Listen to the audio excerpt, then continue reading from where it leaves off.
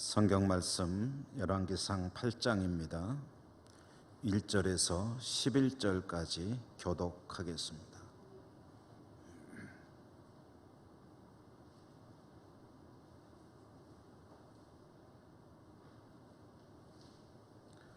이에 솔로몬이 여호와의 언약궤를 다윗성 곧 시온에서 메어 올리고자 하여 이스라엘 장로와 모든 지파의 우두머리 곧 이스라엘 자손의 족장들을 예루살렘에 있는 자기에게로 소집하니 이스라엘 모든 사람이 곧 일곱째 달 절기에 솔로몬 왕에게 모이 이스라엘 장로들이 다 이름에 제사장들이 궤를 매니라.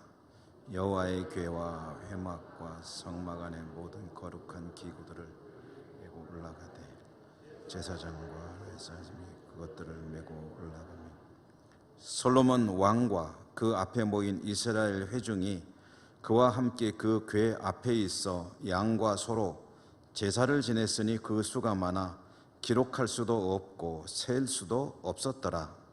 제사장들이 여호와의 언약궤를 곧 성전의 내소인 지성소 그룹들의 날개 그룹들이 그 궤 처소 위에서 날개를 펴서 궤와 그 채를 덮었는데 채가 길모로 채 끝이 내소 앞 성소에서 보이나 밖에서는 보이지 아니하며 그 채는 오늘까지 그곳에 있으며 그 궤 안에는 두 돌판 외에 아무것도 없으니 이것은 이스라엘 자손이 애굽 땅에서 나온 후 여호와께서 저희와 언약을 맺으실 때에 모세가 호렙에서 그 안에 넣은 것이더라. 제사장이 성소에서 나올 때에 구름이 여호와의 성전에 가득하며 제사장이 그 구름으로 말미암아 능히 서서 섬기지 못하였으니 이는 여호와의 영광이 여호와의 성전에 가득함이었더라. 아멘. 오늘도 말씀의 은혜가 여러분 가운데 함께 하시기를 기원합니다.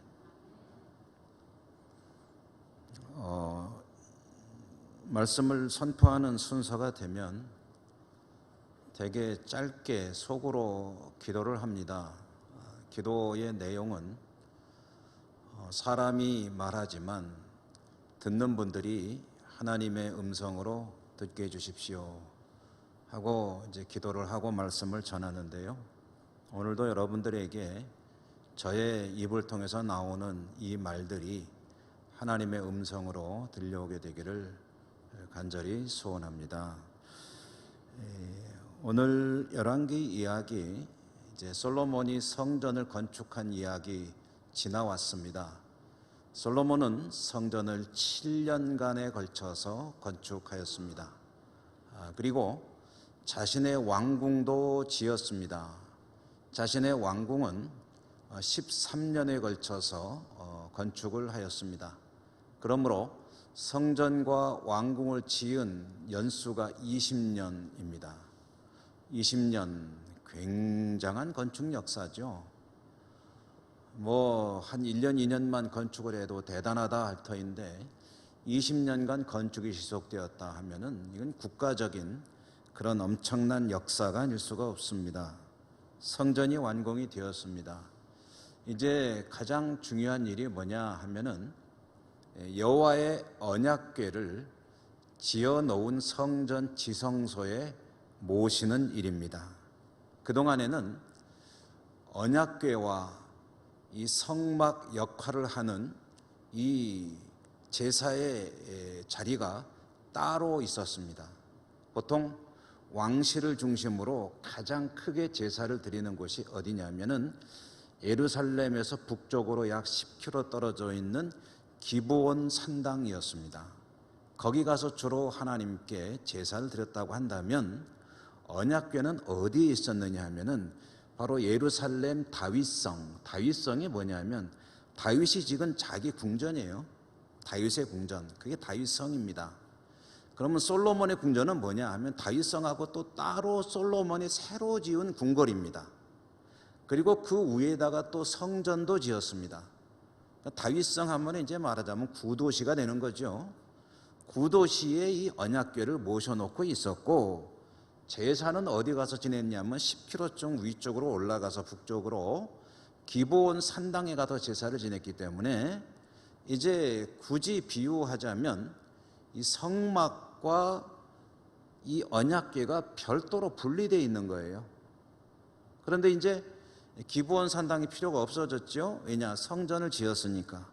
그리고 그 성전에다가 그동안에 이제 다윗성 한쪽에 모셔놓았던 언약궤를 갖다가 지성소로 드리는 그 작업을 하게 되었다. 이것은 이제 성전을 완공한 후에 가장 중요한 일을 하게 된다는 그런 이야기입니다.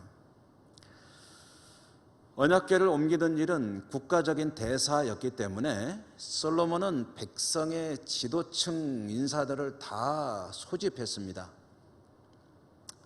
각 부족별 지도자들, 장로들과 또 유수한 그런 사람들은 다 불러 모으고, 그리고 이제 다윗성에서, 다윗성 위쪽에 솔로몬의 궁전과 또 성전이 있기 때문에 이제 제사장들이 율법에 따라서 그 언약궤를 메고 새로 건축한 성전의 지성소에 언약궤를 모시기 위해서 이제 가게 되는 겁니다. 그러니까 올라가는 길이죠.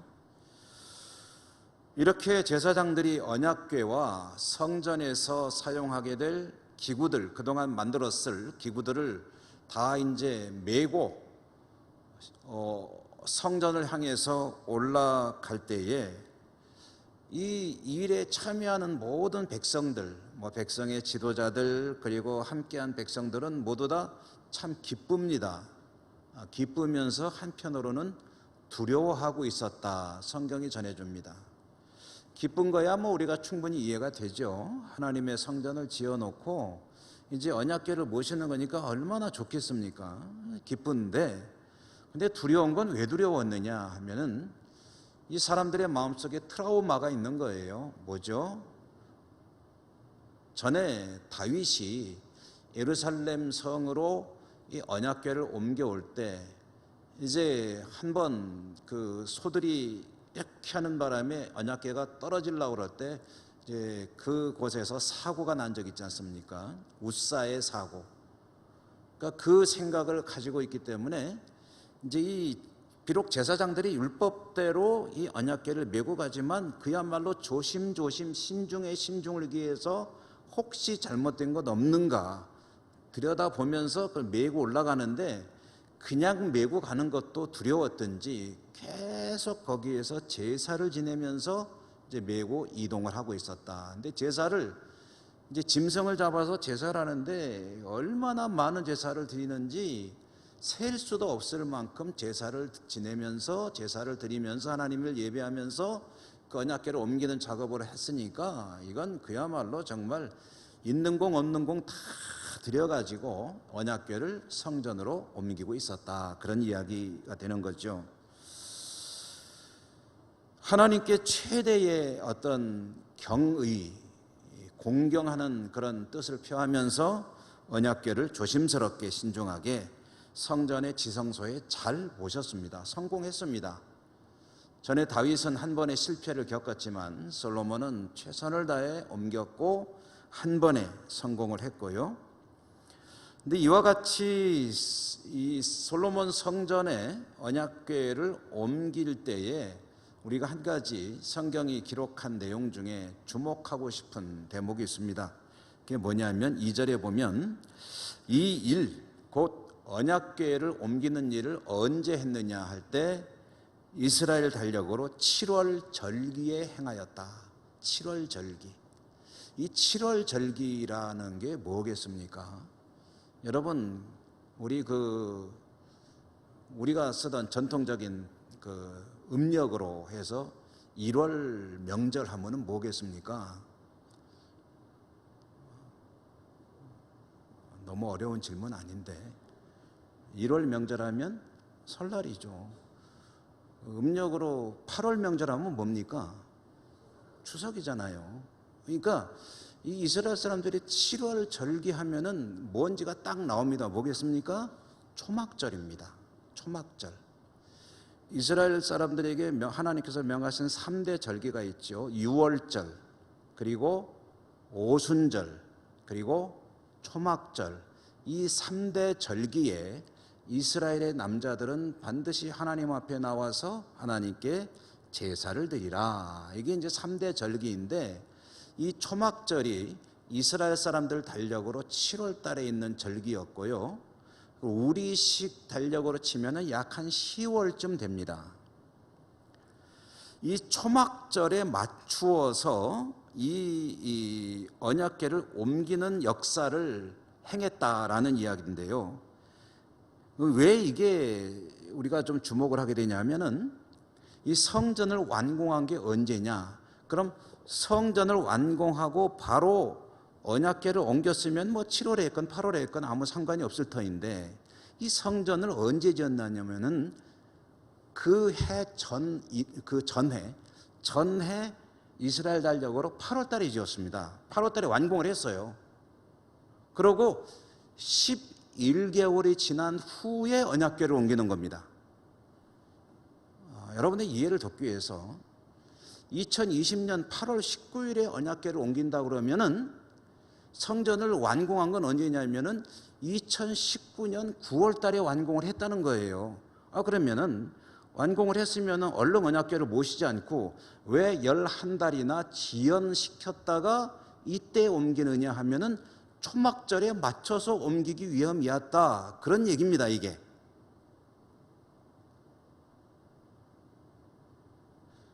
성전은 비록 완공했지만 언약궤를 모시는 일은 아무 때나 할 일이 아니고 언제 하느냐? 초막절에 하자. 근데 그 해에는 초막절이 이미 지났기 때문에 그 이듬해 초막절에 이 언약궤를 옮기는 작업을 했다라는 이야기가 되는 거죠. 그러면 우리는 여기서 궁금해지죠. 왜 굳이 초막절에 언약궤를 옮겨야 되느냐? 여러분, 왜 그랬을까요? 이유가 있겠죠. 그 이유가 뭐냐? 그러려면 먼저 이 초막절이라는 절기가 어떤 절기냐 하는 것을 생각해 봐야 될 겁니다. 여러분, 초막절이 어떤 절기냐? 초막절을 부르는 그런 이름이 성경에 한 3가지 정도로 나옵니다. 하나는 초막절이라고 하고요, 또 하나는 장막절이라고도 합니다. 그다음에 또 하나는 뭐냐면은 수장절이라고도 합니다.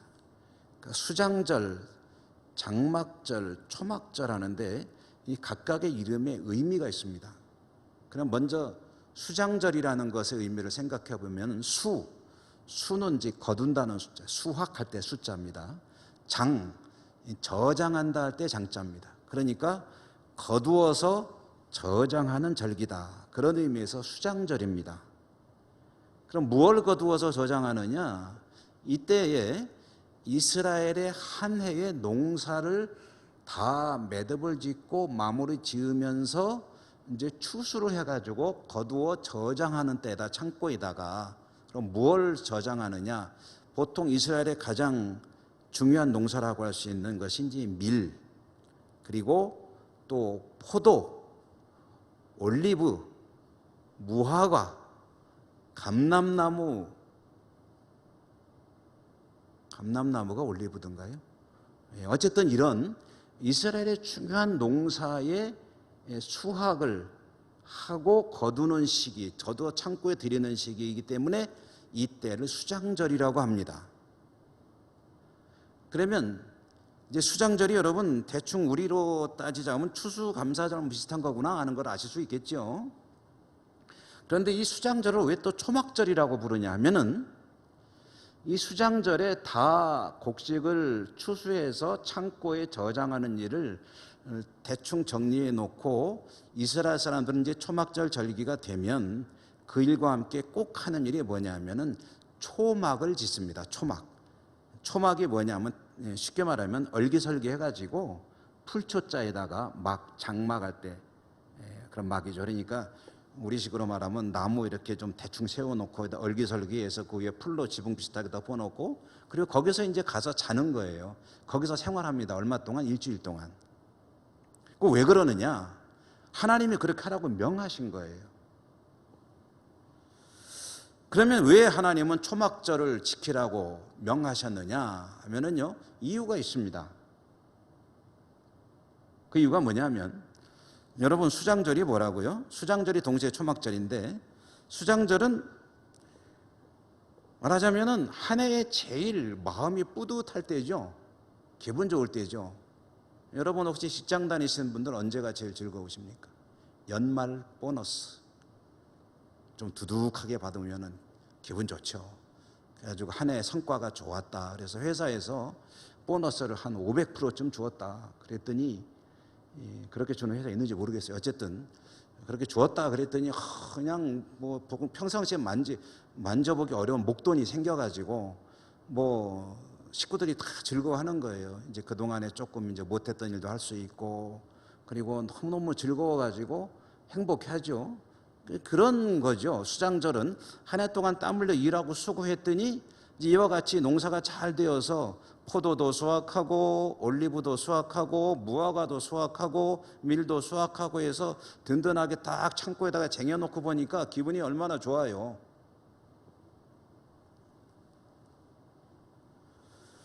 이렇게 수확을 해놓고 나면 사람의 마음이 어떻게 되냐면 든든하죠. 든든하죠.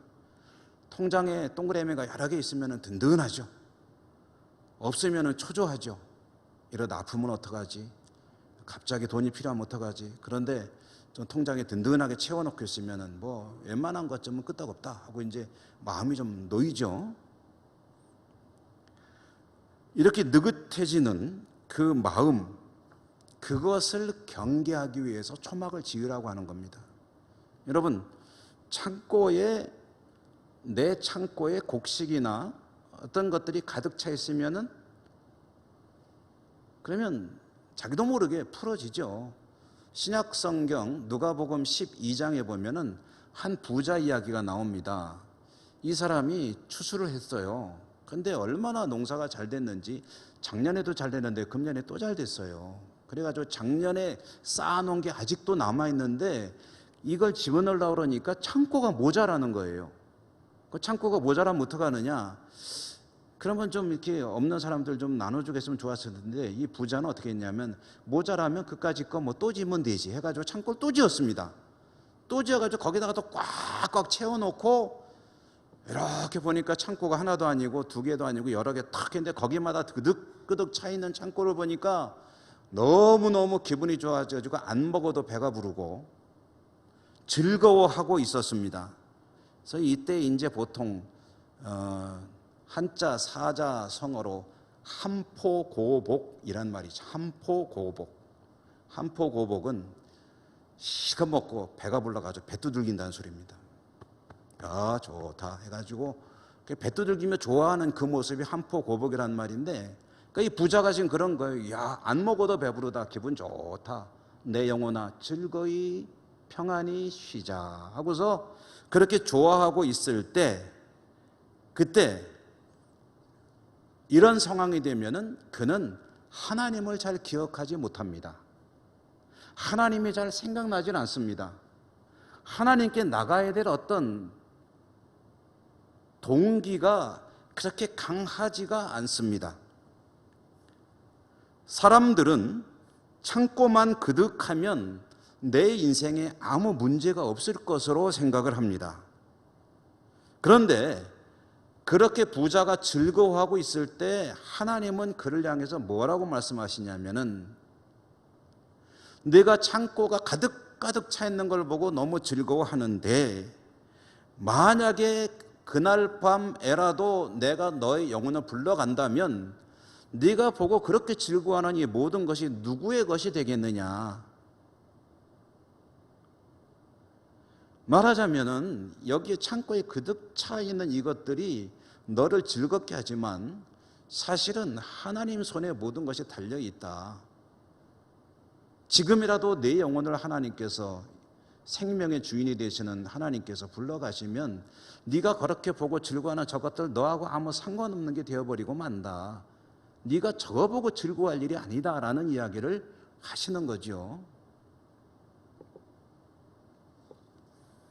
여러분, 사실 사람들은 사람들은 참 이상한 존재다라고 하는 그런 말이 있죠. 뭐가 이상하냐?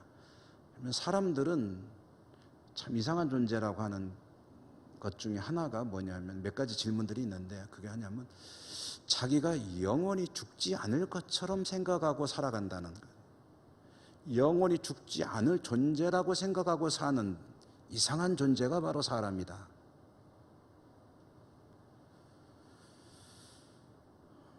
창고가 가득 차면 느슨해질 수 있는 그의 마음을 경계하기 위해서 하나님께서 이제 말씀하시는 거예요. 이스라엘 백성들아, 가을 거지가 끝나서 너희들의 창고가 찼을 때 너희들은 무엇을 해라?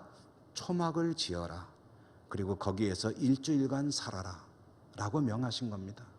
그러면 이 초막을 짓도록 한 이유가 무엇이겠습니까?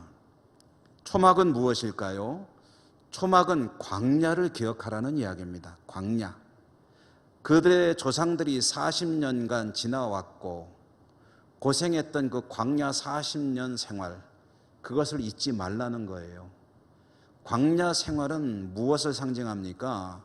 그들이 노예로 살던 이집트에서 하나님이 건져주심으로 출발했습니다. 그리고 수많은 위기와 난관을 하나님께서 다 극복하게 하셨죠. 홍해를 건넜죠.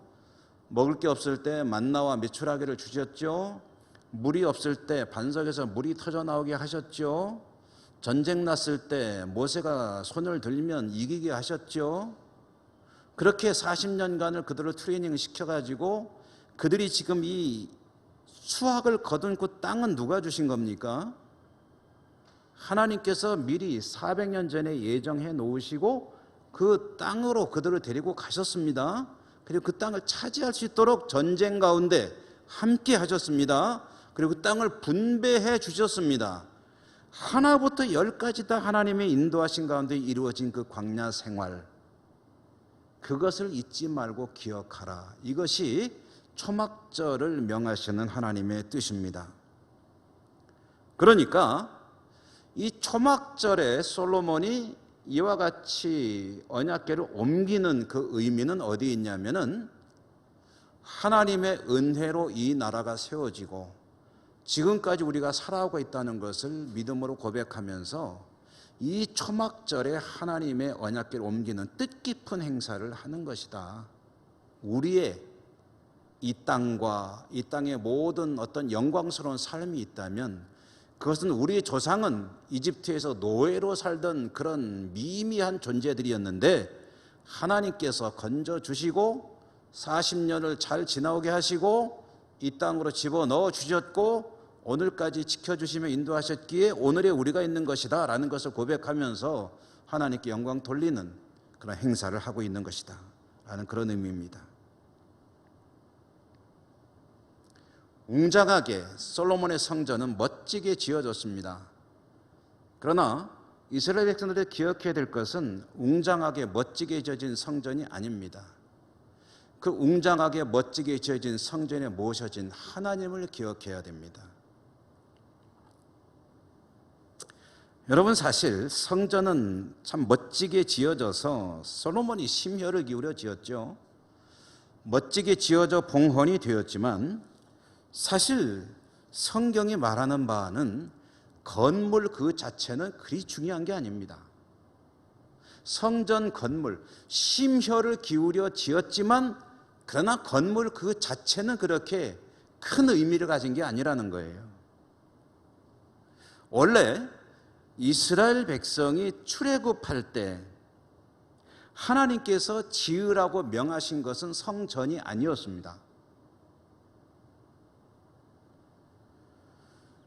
하나님이 짓도록 명하신 것은 성막이었습니다. 성막. 성전과 성막의 차이가 뭡니까? 성전은 건물이고요. 성막은 텐트입니다. 텐트. 하나님께서는 모세를 불러서 성막을 짓도록 명하셨는데 이 성막은 텐트이고요. 텐트의 특징은 이동성입니다. 거기에 뿌리 박고 내리는 게 아니에요. 언제든지 이동할 수 있는 것이 텐트입니다. 여러분, 유목민들의 집이 텐트지 않습니까? 몽골의 게르, 둥그렇게 그래가지고 유목민들이 이제 어느 곳에 가서 계르를 짓고 거기에서 염소들을, 양들을 먹이면서 그쪽에 목초지를 이제 찾아서 가서 한동안 지내다가 계절이 바뀌면서 이제 짐승들이 먹을 풀이 떨어지면은요, 또 목초지를 찾아 이동해요. 그때에 짐 놔두고 가는 게 아니라 뜯어요. 뜯어가지고 척척척척척 하면은 그게 딱 이게 돼요. 이제 짐이. 그거 가져가서 또 그들이 찾던 그 자리에 딱 도착하면 거기서 기둥 척척척척 세우고 거기다가 쫙 장막을 쫙 두르면은 뭐 순식간에 집이 돼요.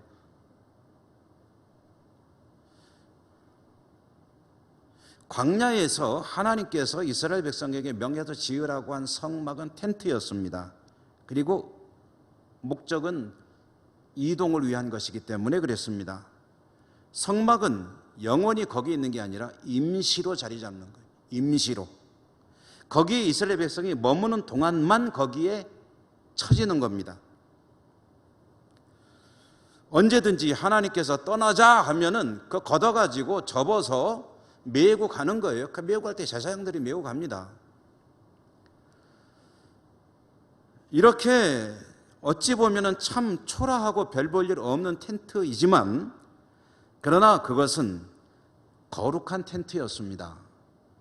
하나님께서 지도록 명하신 규격이 있고 그 하나님의 명에 따라 그대로 지어진 텐트, 그 텐트의 가장 깊숙한 곳 지성소에는 하나님의 언약궤가 자리하고 있었고, 그 언약궤 위에는 시은소, 하나님의 은혜가 임하는 자리가 있고, 거기가 뭐냐면 하나님이 계시는 곳이에요. 상징적인 곳입니다. 하나님이 아무데나 계시는 게 아니고, 이스라엘 백성들이 있으면 이스라엘 백성들이 이제 머무르는 동안에 그 중앙에, 이동할 때도 그 가운데서 이동하는데요, 행군을 쭉 합니다. 아무렇게 나가는 게 아닙니다. 행렬을 지어서 쭉 이동하는데 항상 중앙에 뭐가 있냐면은 그 성막이 있습니다. 그 성막 가장 깊은 곳, 그 언약궤 위에 하나님이 임재하심으로, 이제 왜 중앙에 있느냐 하면은요, 주둔에 있을 때나 이동할 때나 항상 중앙에 있기 때문에 누구든지 이렇게 보면은 거기에 하나님의 언약궤가 있고 성소가 있고 성막이 있고 하나님이 저기에 계시는구나 하는 것을 볼 수 있는 하나님의 임재의 상징이에요. 자기들 가운데 말씀이 육신이 되어 우리 가운데 거하심에 우리가 그 영광을 보니 은혜와 진리가 충만하더라 할 때, 그 하나님의 말씀이 육신이 되어 우리 가운데 거하심에 할 때 그 거하심이라는 말이 뭐냐면 텐트 치고 우리와 함께 계시니라는 뜻입니다. 구약 성경의 출애굽기 말씀을 그대로 가져온 거예요. 하나님이 텐트 가운데 우리와 함께 계시니 얼마나 그 영광이, 은혜와 진리가 충만한지, 그거를 보여주시기 위해서 또 백성들 보라고 항상 중심에 자리 잡고 계시는 거거든요. 물론 텐트가 아무렇게나 만들어진 건 아닙니다. 굉장히 아름답게 화려하게 만들어졌습니다만은, 여러분 텐트가 멋지면 얼마나 멋지겠습니까? 그렇게 무슨 얘기냐면, 하나님은 성전의 건물의 화려함에 그다지 관심 두지 않으신다는 거예요. 성전 멋지게 짓고 성전 아름답게 짓고 하는 것은 하나님께 그리 성도들이 자기의 헌신과 어떤 그 하나님을 향한 열심을 가지고 아름다운 성전을 짓는 거예요. 누가 뭐라 그랬습니까? 많은 하나님은 그것에 그리 무게를 두지 않으신다는 거예요. 그리고 사실 여러분 성경을 잘 보시면 하나님은 한 번도 성전 지으라고 하신 적이 없습니다. 성막을 지으라고 하셨지 성전 지으라고 하신 적 없어요. 성전 왜 지었느냐? 다윗이 먼저 하나님께 성전 짓고 싶어요 라고 자기 소원을 아뢰요. 그 하나님께서 나단 선지자를 보내가지고 너 정 지으려면 너가 하지 마, 너 하지 말고 네 아들 보고 하라고 그래.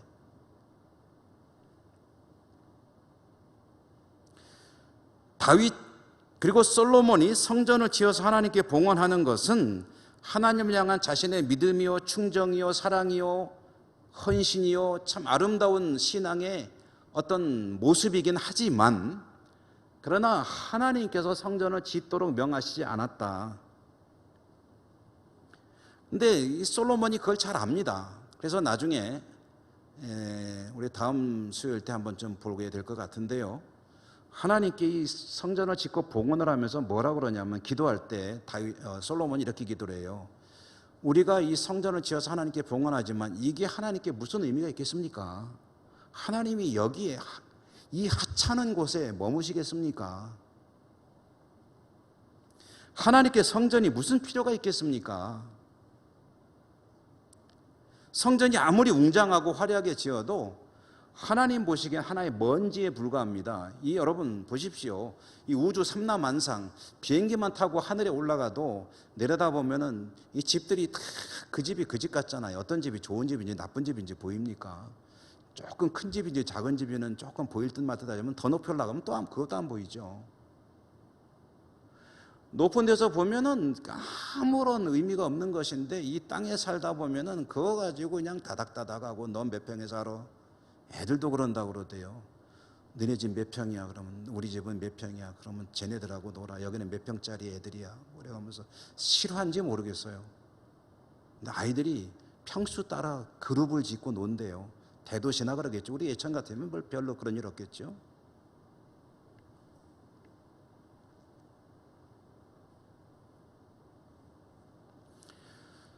솔로몬의 봉헌 기도에서도 나오듯이 성전이 사실 하나님께는 그리 필요한 것이 아닙니다.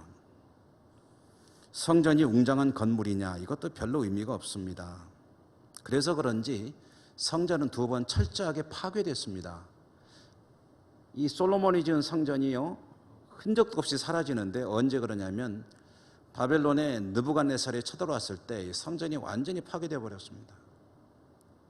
그 파괴된 성전을 바벨론의 포로로 끌려갔다 돌아온 백성들이 다시 짓는데, 그때의 지도자가 누구냐면 스룹바벨이라고 하는 사람이기 때문에 스룹바벨의 지도하에 성전을 재건해서 그 성전 부르는 명칭이 2번째 성전을 스룹바벨 성전이라고 부릅니다. 1번 성전은 솔로몬 성전, 2번 성전은 스룹바벨 성전. 그런데 이 스룹바벨 성전이 첫 번째 성전에 비해서 초라했기 때문에 헤롯이라고 하는 인물이, 나중에 예수님 시대의 그 헤롯입니다. 헤롯이 나중에 왕이 돼가지고 자기가 이 성전을 백성들로부터 인기를 끌기 위해서 화려하게 리모델링을 했어요. 그래서 엄청나게 규모를 키워서 다시 재건축을 하게 되는데, 이 성전도 헤롯 성전이라고 부르죠. 이 성전도 로마에 의해서 또 철저하게 파괴가 됐습니다.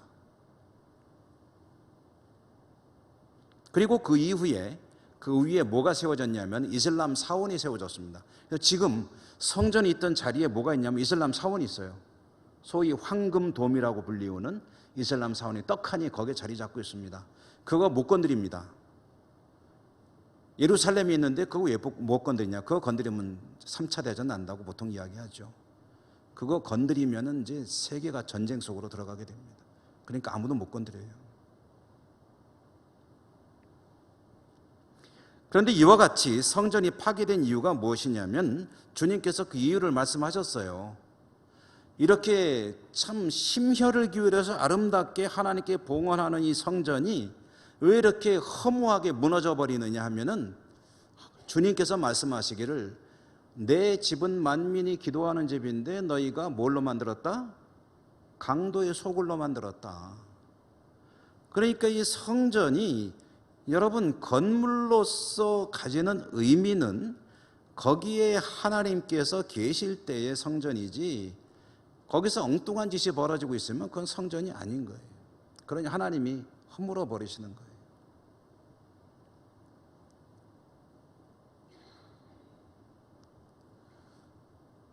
오늘 성전 봉헌 이야기를 보지만 우리는 역으로 성전이 중요한 것이 아니다, 그리고 언약궤도 중요한 것이 아니다, 보면 하나의 물건에 불과합니다. 거기에 하나님께서 의미를 부여하시니까 비로소 거기에 의미가 주어지며 그것이 거룩한 그런 성물이 되는 거지. 여러분, 우리 예배당에 얼마나 중요한 그 성물들이 많이 있습니까? 이것도 그렇고 이것도 그렇고 이거 뭐 이런 거 다 하나님께 올려진 거룩하게 구별된 우리가 성물이라고 귀하게 여기지 않습니까? 여러분, 이 물건 자체만 놓고 봅시다. 이게 뭐 나무잖아요. 아무것도 아니에요. 근데 여기가 이게 왜 이 거룩한 그런 성물이 되냐면은 하나님께서 의미를 부여하시기 때문에 그런 거예요. 성전이 중요한 게 아니고 언약궤가 중요한 것이 아니고 거기에 하나님의 뜻이 이루어지는 것이 중요하고 성도의 입장에서는 그곳에 임재하시는 하나님의 뜻을 존중하고 공경하며 하나님의 뜻에 따라 살아가는 신앙으로 살아가는 그것이 중요한 것이다. 멋지게 성전을 지어서 하나님께 봉헌하는 것도 소중한 일이지만 뜻깊은 헌신이지만 그러나 그 마음속에 하나님께 연락되는 신앙으로 아름다운 신앙으로 가득 차는 것은 더 중요한 일이다.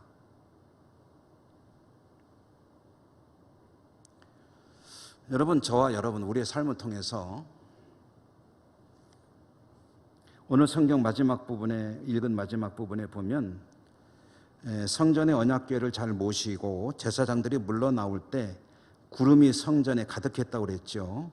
이 구름이 성전에 가득했다는 이야기는 하나님의 영광이 그것이 임했다는 뜻입니다. 그러니까 하나님께서 기뻐하셨다는 거죠. 그러니까 이 솔로몬의 성전 봉헌과 이 언약궤를 모시는 일을 통해서 하나님이 기뻐하셨다. 그렇다면 우리는 우리의 신앙과 삶을 통해서 이 하나님이 기뻐하시는 하나님의 영광이 드러나는 삶이 될 수 있기를 간절히 소원합니다. 솔로몬은 언약궤를 모심으로 이런 영광을 보았다고 한다면 저와 여러분은 어떻게 해서 이런 영광을 누릴 수 있게 될까요? 무엇이 하나님이 구름으로 임하시는 그런 일은 우리들의 생애 가운데 뭐 있을지 없을지 모르겠으나 어쨌든 삼위일체 하나님께서 영광을 받으시는 그런 우리의 영광스러운 신앙과 삶은 어떻게 이루어지는 것일까요? 오늘 성전의 언약궤를 모시는 것, 이 모든 절차를 저는 하나의 예배라고 규정을 짓고 싶습니다. 이것은 하나님을 높여드리는 예배입니다. 그 속에 제사도 있었고 최선을 다한 헌신이 있었죠. 근데 신약 성경 요한복음에 보면 하나님은 예배하는 자를 찾으신다라고 주님이 말씀하시죠. 그리고 하나님은 영이시니 예배하는 자는 영과 진리로 예배드려야 한다라고 말씀하시죠. 영과 진리로 예배를 드린다는 말씀의 의미를 우리들이 제가 몇 차례 말씀드렸지만 여러분 자꾸 좀 잊어버리시죠. 영과 진리로 예배드리는 게 뭡니까 하면은 엉뚱한 대답들을 많이 하세요. 영과 진리로 드리는 예배란 엄숙하게 거룩하게 경건하게 드리는 예배를 의미합니다. 뭐 그게 틀렸다고 말씀은 안 드리겠습니다. 근데 영과 진리로 드리는 예배라는 건 그런 의미로 주님께서 말씀하신 것은 아니고 영과 진리로 드리는 예배란 성령에 이끌리어 진리의 말씀으로 드리는 예배다. 그러면 예배당에서 성령에 붙들리어 하나님의 말씀 가운데 거하며 예배를 드리는 것이요, 삶의 현장에서 성령의 사람으로 살아가는 것이요, 말씀을 이루는 성도로 살아가는 것이요, 어디 가서든 하나님 보시기에 아름다운 믿음의 사람으로 살아가는 그것이 바로 영과 진리로 드리는 예배의 삶입니다. 예배는 지금 여기서 드리는 것이 예배의 다가 아닙니다. 이것은 절반입니다. 예배당에서 드리는 예배를 많이 잡아서 절반쯤 잡고요, 나머지 절반은 어디에서 드려지냐면은 내가 살아가는 세상에서 드려집니다. 그때의 영과 진리로 성령의 사람으로 진리의 말씀의 사람으로 살아가는 그 모습이 그를 통해 하나님의 영광을 받으시는 그런 참된 예배가 되는 것이고, 하나님은 영이시기 때문에 그 예배를 즐겨 받으신다 라는 그런 말씀입니다. 여러분, 오늘 성전 이야기를 우리가 잠깐 나누었습니다. 하나님의 전, 지금은 교회입니다. 그리고 우리 자신이 성전입니다. 우리의 삶 가운데 하나님의 영이 임하시고 진리의 말씀이 풍성하시고 하나님의 영광의 구름이 가득한 복된 삶이 되시기를 주님 이름으로 축원합니다. 은혜로우신 하나님 감사합니다. 오늘도 주신 말씀을 함께 나누었습니다. 우리의 삶이 영과 진리로 드려지는 복된 삶이 되기를 원합니다. 하나님 함께해 주시고 인도하여 주옵소서. 예수님 이름으로 감사하고 기도드립니다. 아멘. 380